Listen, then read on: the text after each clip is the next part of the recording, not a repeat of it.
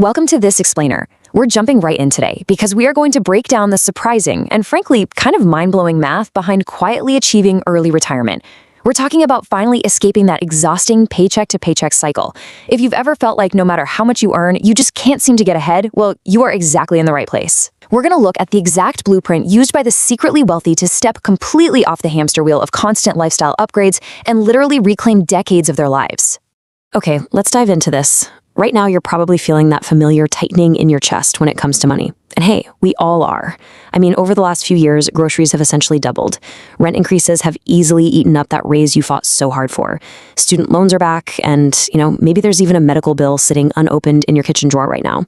Trying to live on 100 cents of every single dollar that lands in your checking account is just exhausting. But the struggle you're feeling, it isn't actually a personal failing at all. It's totally by design. See, our entire culture around money is carefully rigged to make spending super visible and saving completely invisible. When you see your coworkers posting those bright, amazing vacation photos, you aren't seeing the credit card statements paying for them. If you walk through the wealthiest neighborhood in your city, the cars in the driveways usually aren't what you'd expect. They aren't shiny new luxury SUVs. Those are often a few zip codes over, entirely financed on credit. The genuinely wealthy, they're often driving paid-off 8- or 10-year-old sedans because they're quietly living on roughly 40 cents of every dollar they earn. So, to figure out how they actually do this, we've got to shift our focus completely away from personal shame and look squarely at the rules of the game.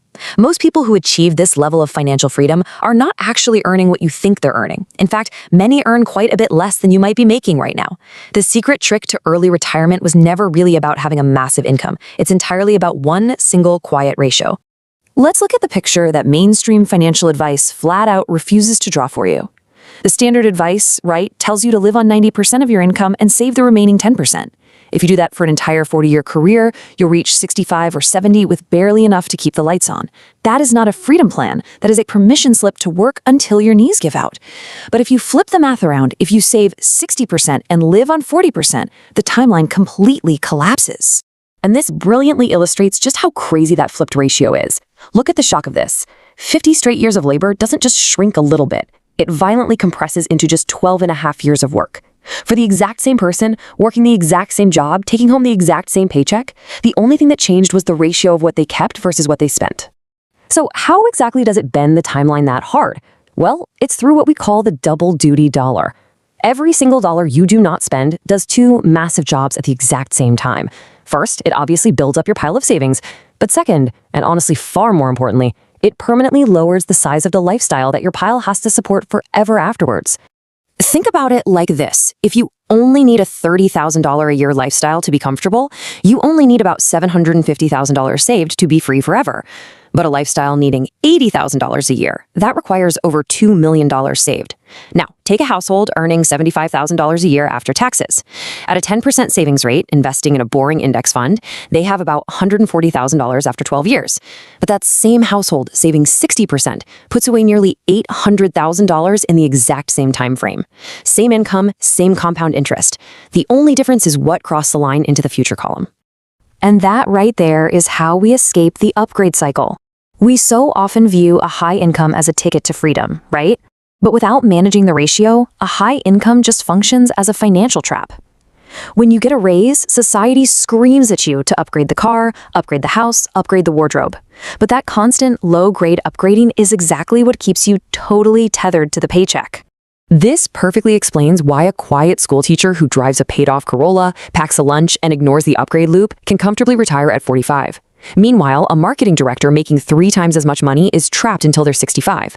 The director isn't necessarily bad with money. They're just silently forced to pay for the expensive lifestyle that their bigger income demands. The teacher is simply unhooked from that loop, deciding that a reliable car and a comfortable home were enough. Okay, if this sounds like just a bunch of math theory, let's look at a really powerful real-world story that totally humanizes this. It absolutely proves that the size of your paycheck is completely secondary to the power of your ratio. This is Ronald Reed. He lived quietly in Vermont and passed away in 2014 at the age of 92. For 25 years, Ronald worked as a gas station attendant. After that, he spent another 17 years sweeping floors as a part-time janitor at a JCPenney. These are incredibly humble, very modest-paying jobs. Now, what's really interesting about this is how entirely invisible his wealth was. He wore old flannel shirts and literally held his worn-out jacket together with safety pins.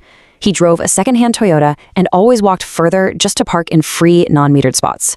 Someone at a diner once even paid for his breakfast because they assumed he was completely broke. He didn't have hot stock tips, he wasn't day trading, he just lived on a tiny fraction of his income for 60 straight years and quietly bought boring dividend stocks.